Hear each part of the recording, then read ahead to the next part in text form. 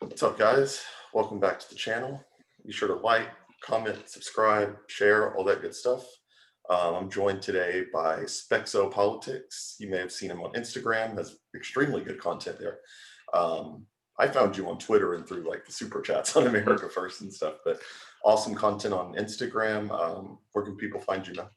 Yeah, I'm world famous now. I'm doing a video with Jordan B. So now I've made it. First Polish American Groyper followed me, and now Jordan B. So you can follow me on Twitter at SpeckzoPolitics, Instagram, where I have been pretty kind of big for like the last 5 years. Now I'm just getting onto Twitter, but SpeckzoPolitics, and yeah, that's pretty much it. And Telegram at Speckzo.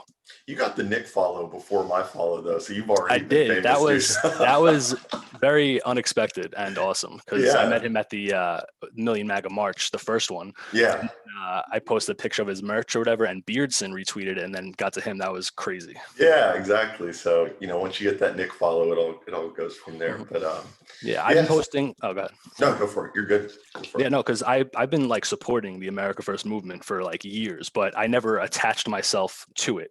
I never attached myself to any type of movement politically or anything like that. But I was always posting clips of him on my Instagram and stuff like that. But once he retweeted and he was like, "Oh, you have good optics" and whatever, then I felt comfortable. Oh, this is awesome. Now I could actually it's okay for me to say I love this movement. Yeah, yeah. It's like getting the stamp of approval. Yeah, it's definitely a hierarchical thing, but that's cool, man. But yeah, you have awesome content.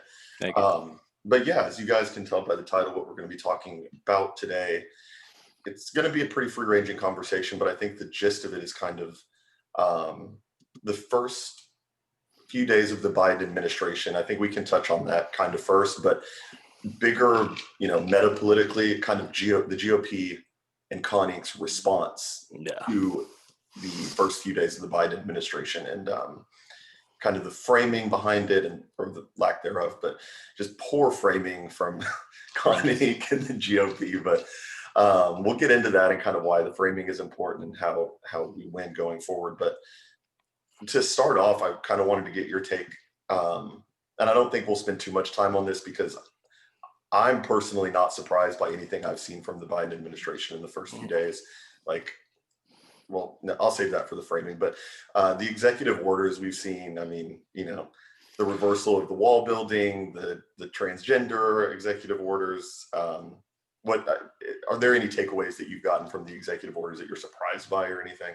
No, I knew as soon as Trump conceded and he was going out of office, I said it immediately when he was doing that farewell speech, besides being really let down and betrayed that he just kept condemning all of his supporters and stuff like that. When he was talking about all of his accomplishments and stuff, I said, all of your accomplishments mean nothing because most of them are going to be undone in the first 100 days of the Biden administration. Exactly. And all of your supporters are being labeled domestic terrorists. They're going to have their livelihoods stripped away. They're getting doxxed. Their lives are ruined. And you're talking about black unemployment and how good the economy was before COVID.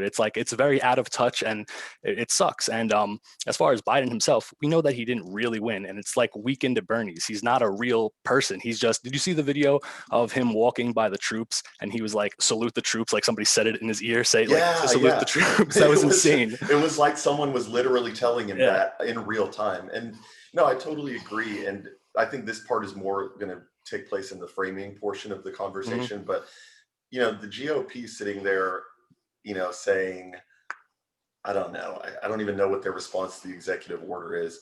But the fact is with the executive orders, I looked at the list on the on CNN. Most all of them are just reversals of Trump's previous executive orders. So it kind of shows the ineffectiveness of, and as much as I love Trump, he wasn't really able to get much done legislatively. Most of it was executive orders. So I don't know why anyone's.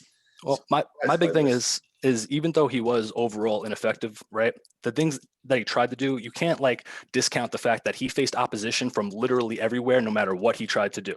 So the fact that he accomplished what he did accomplish, even what he did accomplish, even though it's really not that significant, is still amazing. The fact that he didn't start any new wars or expand any current new wars, the amount of jobs that he made, the Keystone Pipeline, he in a stroke of a pen, he created 50,000 jobs, and in a stroke of a pen, Biden destroyed that. 50,000 jobs, exactly. So, and all these people, like the accelerationists and the Wignats and all that stuff, that were like, oh well, Trump's an Israel shill, and he's doing the platinum plan.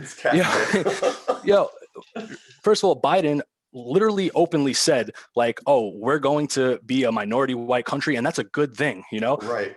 And it's like, all right, yeah, Trump was a Zionist. We know that. He pandered to blacks and Jews and everybody that hated him. But Right. like, look where we are now. First of all, what Trump did and how he awakened people to how corrupt our political system was, how he awakened millions of people to not trust the media, and everything was just, we had somebody who, whatever, he wasn't as effective as we wanted him to be. He wasn't everything we wished he was, but like compared to the alternative, he was a real person. And what he did is insane. Well, and I think I was thinking about this before the video. It's really easy to get kind of black-pilled and pessimistic about the whole, about the whole outlook. But Trump did some, maybe not even him directly, but the impact of his presidency had long-standing effects. One of the big white pills that I've seen is conservative people, not the GOP, but the voting base, the base, distrust in law enforcement now. There's no more back the blue. Yep. There is inherent, not distrust, but apprehension about, oh, I support our troops no matter what, after we saw what the National Guard was willing to do in DC,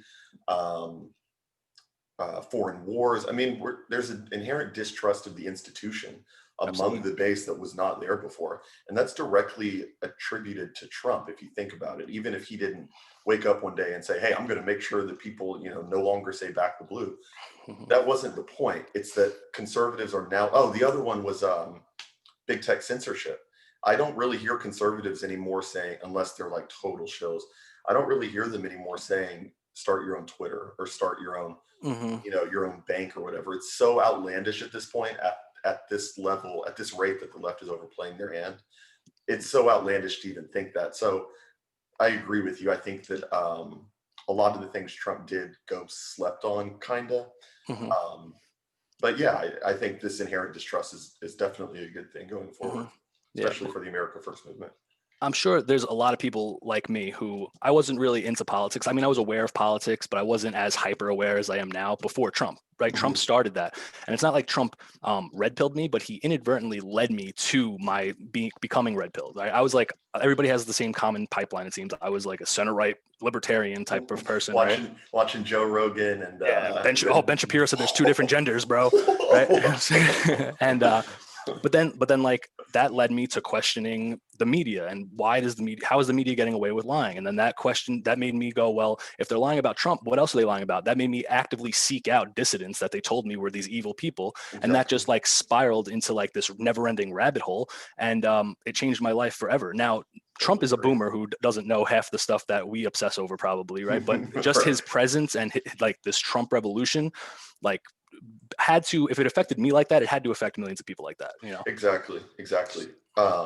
Yeah, no, it's the exact same thing with me. It was really 2016 when all this started for me, getting online and going down the rabbit hole you're talking about. So I totally agree. But yeah, I mean, with the executive orders, I'm not really surprised by anything. It sucks that, he's halted the building of the wall, actually, hold on, let me see. I'm not sharing my screen, but I think I had some of them pulled up. There were a couple of big ones. I mean, they're important, but they're just not surprising. No, nothing is surprising at this point, honestly. I'd be more surprised if he didn't completely screw everything up. Exactly. Yeah, I mean, all this, yeah, it's not even really worth going over too much. But yeah, executive orders, not surprised. I don't know why anyone is surprised. So that's actually a good segue into, I think, the more important part of the conversation is kind of going forward. As Biden is, I mean, he's president now, and I think that's another important distinction to make. But what do you think good messaging should look like for the GOP going forward? Because I think what we're seeing now is complete defense from the GOP. Basically, what I'm seeing is there's two different takes, and add more to these if you see others. But there's two different takes that I'm seeing from Con Inc. right now. It's could you imagine, they look at anything Biden does and say, could you imagine if Trump did this? Weak, ineffective, defensive take. And the other one is Biden voters, do you guys feel betrayed yet? Which is so stupid. That's probably my least favorite one, because no one on the left, maybe you can point out two Twitter accounts who are like, I was lied to about Biden. We got into Syria. 99.999% of people on the left who see what Biden is doing They are not upset by it. They are autonomous drones who will now support Middle Eastern involvement. They don't care. Who's convinced by that? What leftist is really like, oh, damn, we got into Syria. How will I ever recover? So those are the two big ones I'm seeing. It's Biden voters, you should feel betrayed. And could you imagine if Trump did this? Both ineffectual. One is non-affirmative and defensive in if Trump did this, and the cope, one is defensive, one's a cope. The cope is Biden voters, do you feel betrayed yet? So do you see any other takes? Those are the two big ones I'm seeing. Well, I definitely agree with you that they're on the defensive instead of the offense. And that's just typical mainstream conservative behavior. Like when people call them fascist or racist. No, actually, the left are the real racists. You're the real fascist. And it's like, instead of that, stop trying to pander to their moral framework. And the framework that I'm seeing now is like, oh, like you said, like, oh, are you happy that you voted for Biden? Oh, this is what happens when you elect Biden. And it's like, that framework is bad because it legitimizes Biden's presidency. We know that Biden did not get elected legitimately. We know that he didn't get 83% of the vote in Milwaukee. We know that 6 swing states didn't just get a bunch of mail-in ballots that only had at 4 a.m. that were 100% for Biden, nobody else. We know that there was more votes than registered voters in certain counties. You can go on Vincent James' website. He has a whole article detailing how it's statistically impossible that Biden won the election. So we know that. So when you put this framework of like, do you miss Trump yet? Are you regretting voting for Biden and all that stuff? You're basically saying, yes, Biden is the legitimate president, when the framework should be he is not the legitimate president, and that's what you should be focusing on. And another thing that I'm seeing now, I don't know if you saw this, that apparently they are creating this new third party, this Patriot Party. Did you see that? Yeah, I've heard about that. Are they actually going forward with that? I was before we started, I saw on Twitter that they released the paperwork of creating like what you have to fill out to start a new party, and apparently Trump is endorsing that. I don't know if that's confirmed or not, but the idea of a third party is so ridiculous in my opinion. Scott Greer talked about this a lot on his latest highly respected podcast about how it's really not feasible at this point. But go for it. Keep going. Yeah, no. Yeah, if I'm ranting, just cut me off. But what's it called? Like look at the Libertarian Party, the Green Party, right? There's always been trying to create a third party, and what do they get? 2% of the vote if they're lucky. We'll be lucky if we could steal some votes from Democrats or whatever it is. But our system sucks, right? And it's a 2-party system. I don't like that. I think it's garbage, but that's how it is. So if there is a political solution, if there is a path forward, the only way that we are going to actually win and push the ball in our direction and perhaps wield some political power is if we take over one of the political parties. Exactly. It has to be pure infiltration in the GOP. I really just don't see a Patriot Party working. And the thing with the GOP and this is just speculation on my end, but the thing with the GOP and the inherent framework of how conservatives think, like most conservatives, if the Patriot Party were to get big enough to command some respect, I feel like it would just get subverted by Charlie Kirks of the world, and it would end up having Rob Smith as its diversity coordinator and Lady MAGA as like their transgender outreach person. Like what would it actually become? Unless it was like a strong nationalist party, I would want no part of it.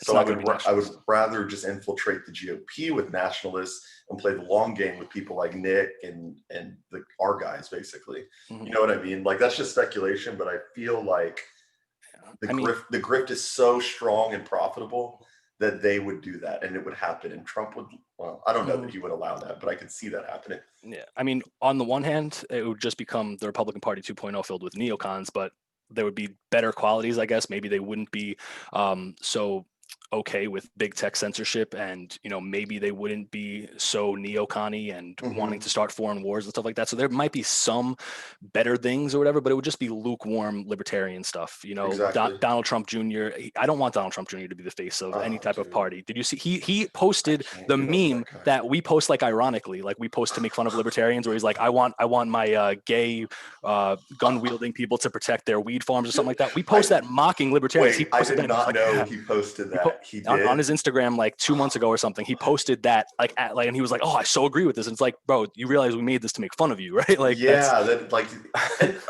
see, that's actually that's another good segue.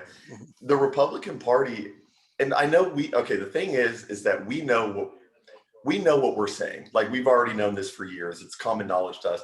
But your average conservative doesn't realize the impact that the infestation that libertarian ideology has like managed to like work its way into the 100%. GOP and conservatism.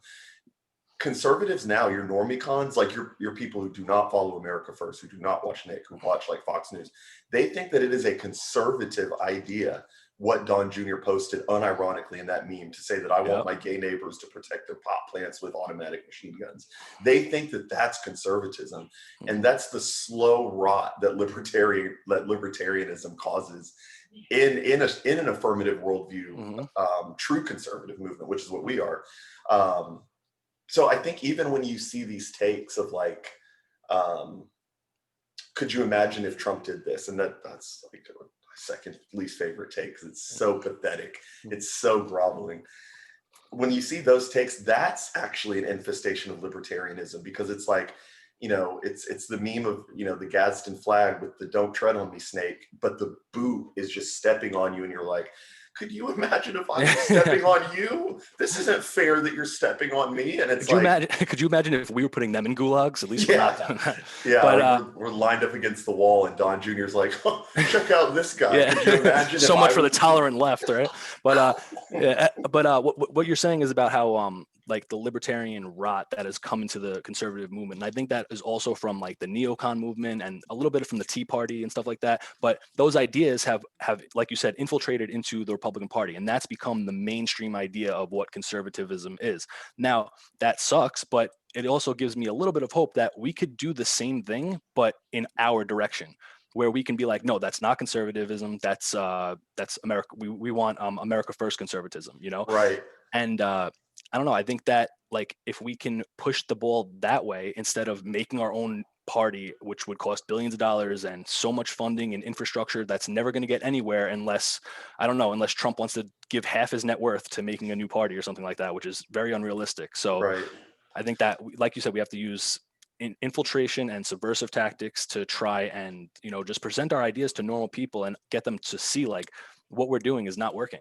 Well, yeah, and you had a pretty good post about that in your Q&A. I think you posted on Instagram about that's why optics is important. And I don't, we don't have to get down the optics rabbit hole or anything, but that's why it's important to be like presenting your ideas as totally conventional ideas that were here in, the 70s and 80s, especially the 60s and before. A lot of this ideology is very recent, like acceptance of like pot, mass legalization of pot. That's popular now, but that's a very new trend historically. And I think conservatives, I just get a little bit black-pilled because the people that knew the America of the conservatism we like, they're dying off. I mean, honestly, and the new conservatives are basically just libertarians. So I struggle with like how exactly to sell someone my age on like, like something like gay marriage, something that's just like so entrenched in conservative. Because can you think of a conservative that would be anti-gay marriage at this point? Like maybe that Lauren lady, right? I don't know. She's that's pretty about big. it. You know what's I'm not simping for a girl or anything like that. No, everything she's saying is legit and America First, but she's a girl. Why is the most based politician a fucking female? Like I know. So much. Well, and it's frustrating. It's like the most based people have to be like, they have to have like something about them that's all like JLP, Jesse Lee Peterson can be based on everything, but like I can't really think of any based politician. I mean, maybe Paul Gosar, but I mean, Lauren Witzke is really the best example. So that's true. So annoying. So I'm like, every time she says, I'm like, oh yes, that's correct, but you're a girl. Stop. Can you just be saying this as like an able-bodied Madison Cawthorn, please? Yeah, right. So yeah, dude. I mean, it's kind of tough going forward, but to be honest, like I said earlier, I'm a little bit optimistic because, in less than 6 months, the view of the police has changed. The view of the troops not the troops themselves, but the military institution and inherently trusting that has changed. I think it's hysterical to watch the Con Inc. response be like, are you regretting voting for Biden yet? Like It's like how they didn't. We they elected didn't. Trump. We Like, and we'll see, and that has to be the baseline, I think, 100%. of any discussion going forward. We Like when can't you're let it be memory holds. We can't. exactly, exactly. I was talking to some leftist, and like that was the first starting point that I before we got into the issues or anything. I said, one, I don't view Biden as a legitimate president. Mhm. I don't think he won. He stole this, or the election was stolen from Trump by the left. And that has to be the baseline because anything else, you're just accepting their framework again that he won legitimately. Alex Perez, that was what I was going to bring up. That tweet that if people don't know, Alex Perez is like this TPUSA Connie girl. And she had this tweet where she said, Trump, promises made, promises kept. Biden, promises made, promises broken. That is literally the worst framing I've ever seen in my life. Because one, like you said, you're accepting that he won. And two, you're saying that it's like a bad thing that he's not keeping his, like what you want him to, destroying our, yeah. you want him to arrest all white people. Like, Yeah, it I don't makes, understand. I don't understand the framework there. It's very Dave Rubin-esque, Don Trump Jr., TPUSA type stuff. So everything is I don't know if just you so saw that. backwards. It's crazy. Yeah. So I think you sent that to me, and yeah, it's just these people are just like so out of touch. But to go back to your point when you were saying like you don't know how like we're going to move forward from here, but we have to realize that one, the main thing is that we know that the left and Democrats and these people are our enemies, right? There is no reconciliation. There is no unification with people who hate white people, who hate Jesus Christ, who hate traditional America and everything that we stand for. There is no reconciling or unifying with that. We have irreconcilable differences, right? We know that. But we know they cheated. We know that they committed fraud. We didn't lose because of them. We lost because our own people, our own party, it failed to represent their constituents and the will of their people and didn't do anything about it. They had multiple chances to say this is illegitimate, whatever we had to do, even if they had to cross the Rubicon, right, which they refused to do. They had multiple chances where they could have put a stop to this fraud and they refused to. And that's why we need to destroy the GOP. And that's actually really important. That's a crossing of the Rubicon itself in boomers' minds, actually, acknowledging that the GOP doesn't have their best interests at heart. I was talking to my dad, who's a lifelong GOP voter. He's like one of the 8% of Black people that is like a loyal GOP voter. And it took him months and months of me and him talking for me to finally get through to him that, Dad, we should not vote Loeffler in Georgia. We should not vote Perdue in Georgia. We need to hold out and show the GOP that there are consequences for not representing their constituency. For months, he was like, no. He was doing the hold your nose and vote argument. Yep. And eventually towards the end, once he saw Pence betray Trump and he saw, just rake and file, just everyone abandoning Trump, that's when he was like, son, I think you have a point. Like, they are not representing us, and we do have to teach them a lesson. So that's actually another probably pretty encouraging sign that I'm seeing, is that boomers and Gen Xers are starting to be like, hey, what the fuck's going on here? Why aren't you helping Trump? Yep. And they didn't understand. A lot of boomers didn't understand like the argument from us saying that the GOP was halting Trump at every turn. They were like, no, he's a Republican, just like Mitch. Like, no, they're in a different world. So 100%. Yeah, I agree with you. We do have to kind of. And as Nick said it best, and I said something similar, but he's way better at articulation than me. But as conditions continue to deteriorate, more and more people are going to be open to that idea of collectivism and going for like a more nationalistic people. And what is the most white pilling is what happened at the Capitol. Now you can come up with these theories about, Antifa was infiltrating and whatever, but I know people that were personally there. There was hundreds of Trump supporters who stormed the Capitol, right? That's a Rubicon crossing, right? That's insane, right? So you have millions of people who feel disenfranchised, right? Who don't believe that the political system works, right? And now conditions are going to accelerate their deterioration, meaning that they're starting to be labeled terrorists. They're starting to be labeled evil and white supremacist, and there's laws that are going to continue to disenfranchise them. They're going to get fired from their jobs, stripped from being allowed to have services like banks and all this other stuff or whatever. So what happens when millions of people do not believe that the political system that they're under works? What happens when they feel like they have no representation in their government, and then their livelihood gets stripped from them and they feel like they can't reconcile their grievances in a peaceful way? That's I don't want that to happen. I'm not No, endorsing that at all. exactly. Absolutely not. But it's like they're trying to create that. They're trying to create this hostile environment where people feel so disenfranchised that they start committing violence. And hopefully we can get that rage and make it so they don't do that, and we could politically and peacefully get our way. But I feel like they're just poking a sleeping giant, and when that wakes up, they're not going to know what to do. Yeah, exactly. I think they're already trying to plan for that with kind of the crackdown on like it's like a template for what they plan to do in the future for any future dissenters. But you're kind of seeing that with what they're doing to the people that did storm the Capitol. Like they were Yeah. throwing the book at them legally.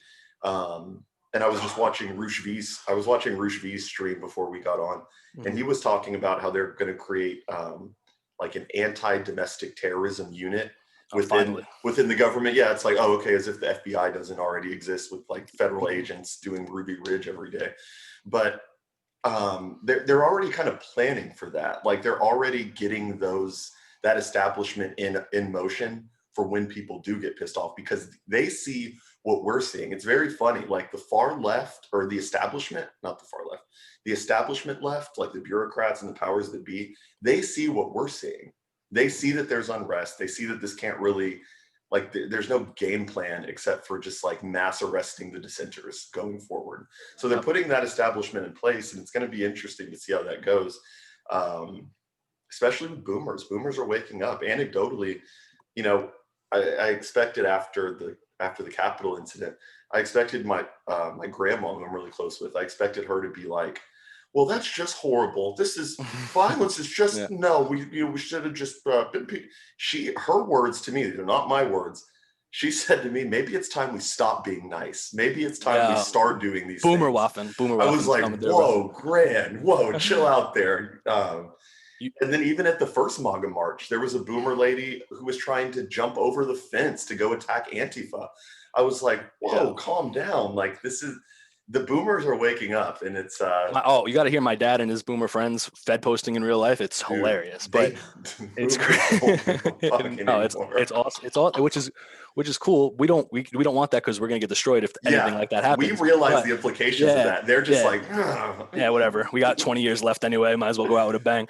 But which is a nice change from their previous 100%. Which is a nice change from their previous thought. Oh, well, I only have 20 years left. Who cares what happens? Yeah, Let it burn. exactly. Now they're like, I only have 20 years left. Let me destroy the system. But yeah, like you said, like a person. Let me try to say this without doxing myself. A person that I know was at the Capitol, and I was supposed to be there. I went to the first two ones, right? And what's it called? I was supposed to go to the third one. I have no doubt in my mind, because I wouldn't have been thinking. I would have been just trying to get cool footage for my YouTube channel, right? I have no doubt that I would have been inside the Capitol, and I would have 100% got myself in trouble, because somebody that I know relatively well was there, and he just got detained by the FBI. And apparently he wasn't even inside the Capitol building, but he was posting pictures of himself like right outside when everybody was storming inside. So I am so lucky that I had the baby when I had the baby, because I would have 100% been there and destroyed my life. That's exactly how I feel too. I was there for the first two, didn't go to the third. And I'm not going to pretend to be cool and be like, oh, I knew something bad was going to happen, so I didn't show up. I couldn't go. I had to be at work, but I'm just grateful to God that like I wasn't there, because I know myself. I would have been up there with other people and been trying to go, because I didn't. Bro, Baked Alaska. I can't believe Baked Alaska, bro. Oh my gosh. Don't get me started. I feel so bad for that guy. He'll be fine. He'll have plenty of money on his books. 100%. Oh yeah, that's what I wanted. Be the new super chatters. I wanted to super chat Nick and see if like they would put together like a fund for him. I would definitely donate to that. Oh, I met him at the first one. He was super nice. Yeah, you know what's funny? What's it called? Him and Beardson, right? Like I thought Beardson was gonna be the biggest dick, right? Like when I saw him in real life, whatever, right? He was like the nicest one out of all the America First people. It was bad funny. Beardson's not a bad guy. That's kind of his online brand. In person, I've heard he's much more. He's much really more nice. affable. So I'm not worried about that. I look forward to meeting him at AFPAC and CPAC this year in Florida. So, yeah, man. So I think that's an interesting, kind of way going forward for the right. We need to be on message. We need to be socially, and if tell me, chime in on this also, but it has to be a socially conservative, fiscally centrist liberal move. Like, do you know what you kind of see what I'm getting at here? I'm not talking about full-blown socialism, but there does have to be some level of care, some base level of care for the American citizenry, Well, yeah, not illegal immigrants. What do you think the platform of the future right should look like? I think you're absolutely right, but I think that we need to stop. And I think Trump helped with this a lot. We need to get rid of this big stigma of what nationalism is. And Trump, the fact that he called himself a nationalist, whether or not whatever, right, is amazing. And I think that's what I describe myself as. I don't mind paleoconservative. I think that's a very optical and good term to call yourself or whatever. But like when people are like, oh, I'm fiscally to the left and I'm socially to the right, I just say I'm fiscally and socially nationalist. I want whatever is good for that's a good point. I want whatever's good for my nation, right? I don't care about this false dichotomy between socialism and capitalism. That is it's what it is. It's a false dichotomy because ultra capitalism is garbage and socialism is unsustainable. We know that or whatever, right? But you need to have some nuance, and I want whatever is good for my country. And socially, I want to preserve and perpetuate our historical Christian social values. Exactly. And an interesting way you can kind of get maybe not even people on the right, but kind of normies, people, apolitical people who just really don't follow it, and to kind of like magnetize them towards our side is if you're asked your political ideology, what I like to do is I like to say, and like you're saying, I'm a nationalist or a paleoconservative, and I want to do what's best for our people, America's people. And then the follow-up statement to that person should be, well, then who are the nation's people? It's not illegal immigrants. Nope. It's not first-generation Guatemalans. It is largely European settlers and a small contingency of Black people who do not need to be pandered to and do not need free handouts because they've frankly had a lot of that.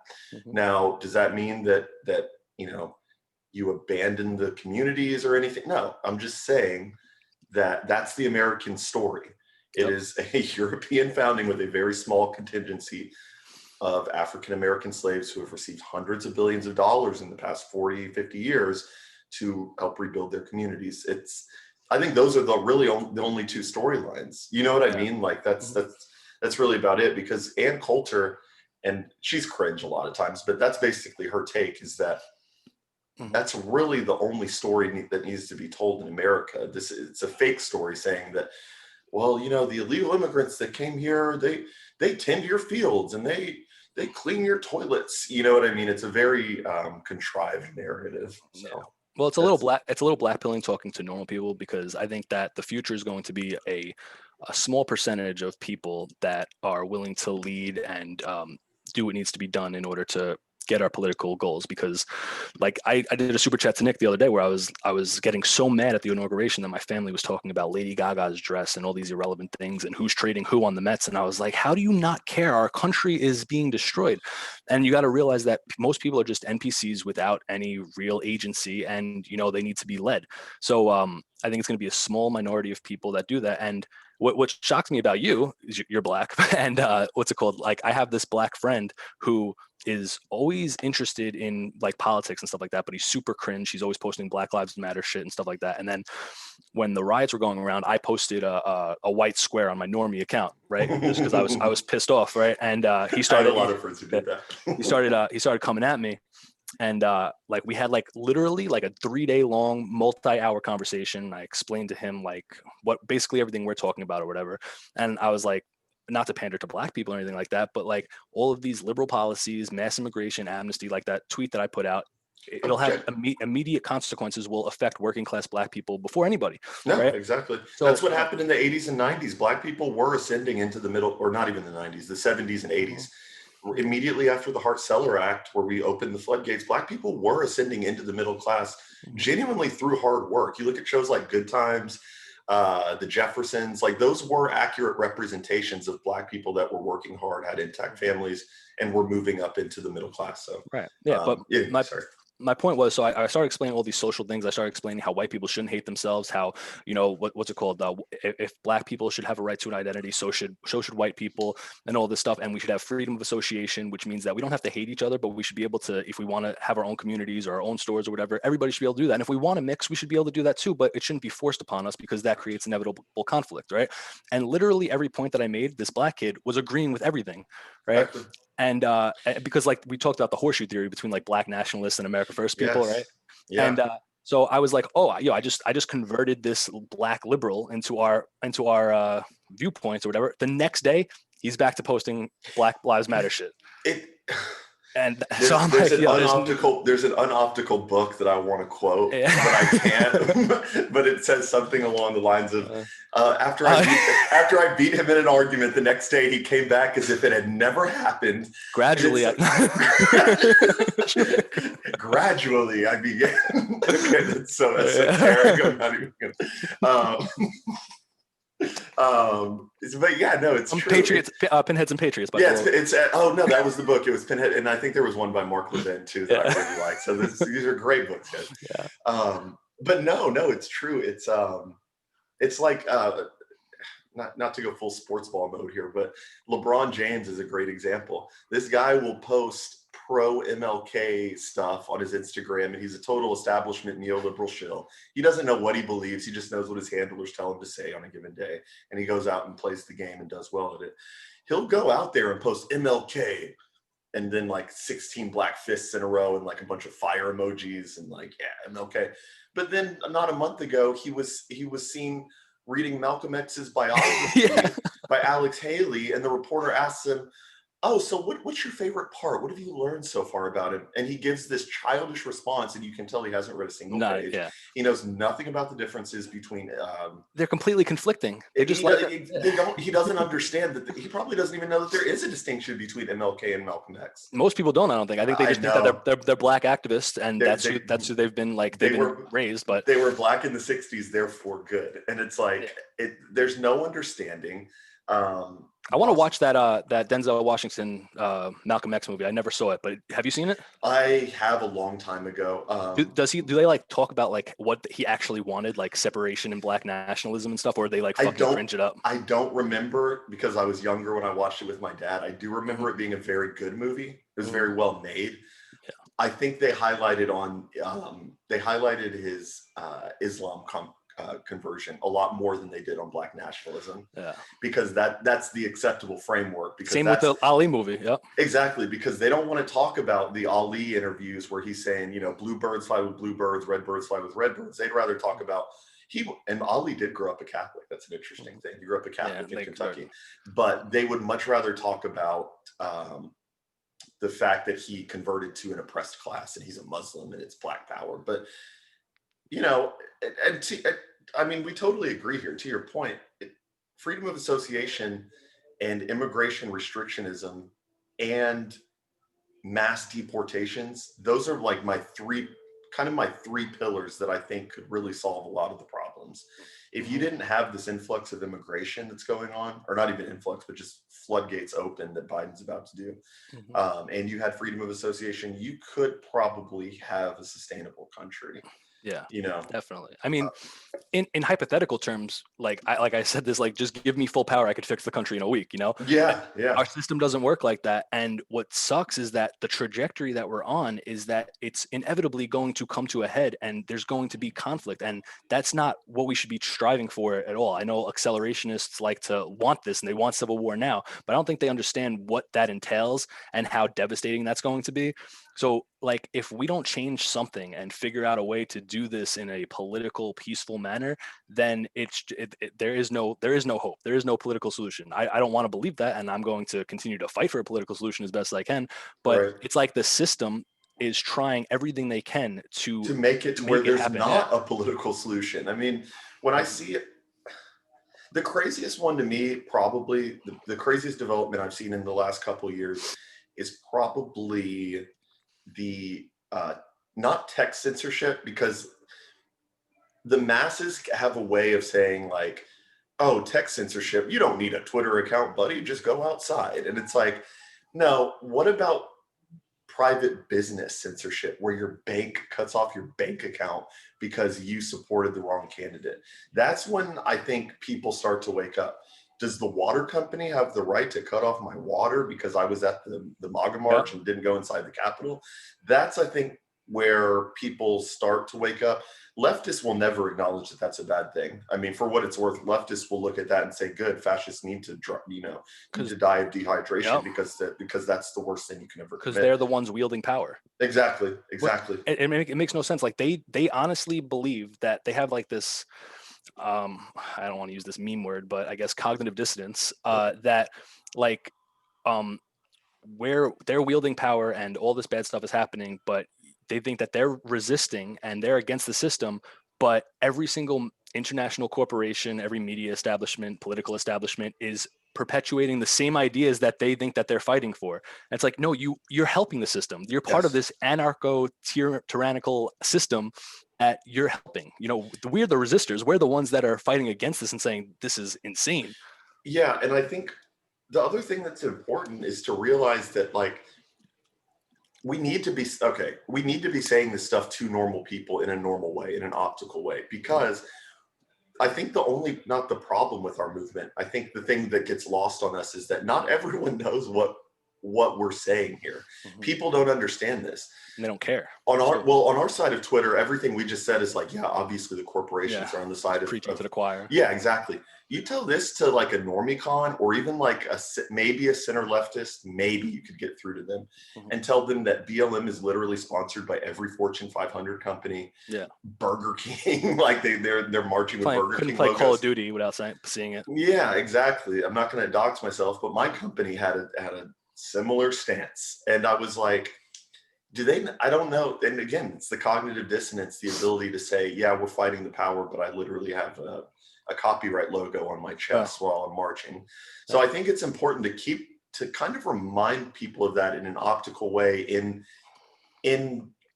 circles where you're able to without risking too much personally. You know what I mean? Absolutely. That's why. Well, yeah. I mean, I think at work or around like family that have extremely different opinions than you shouldn't even get political.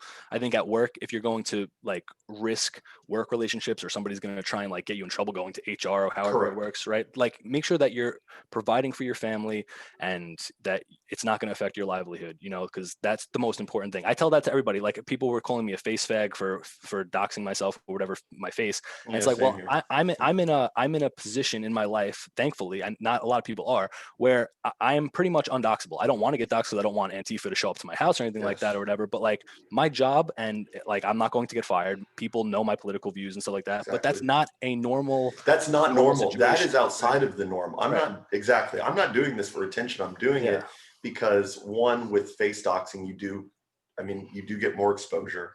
And two, if you're in a position to do so, do it. But don't put yourself out on a limb. Don't do it for dopamine and risk your family life. You know what I'm saying? Yeah, exactly. That's what I'm saying. So I tell people, I'm like, don't do that. Don't put your face out there if it could negatively impact you or whatever. If you're in a position where you're self-employed and like you're protecting yourself or whatever, then if you want to do that, do it. But don't like go out of your way to like, oh, I'm going to face dox myself and just hope that nobody shows up at my house or calls my job one day, Or if you're in school or something, I would not advise this unless there's some extenuating circumstances like Jaden or something like that.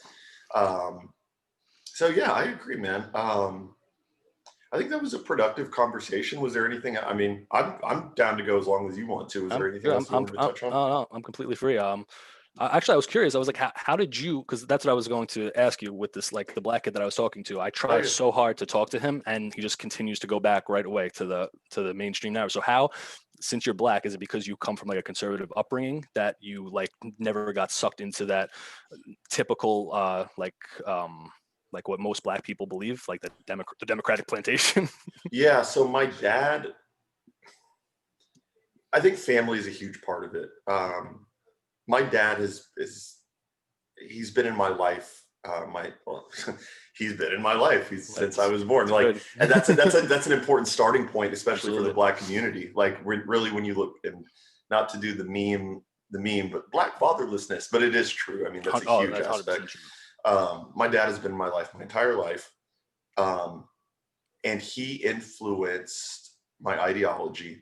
he was one of the few that was a Black Clinton voter in 90, whatever the 90s election was, 94 maybe, who flipped to conservatism after he saw people become dependent on welfare in the Clinton years.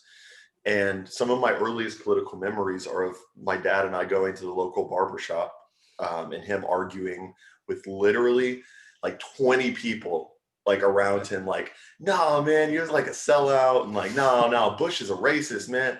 And my dad being like, just argument, beat them.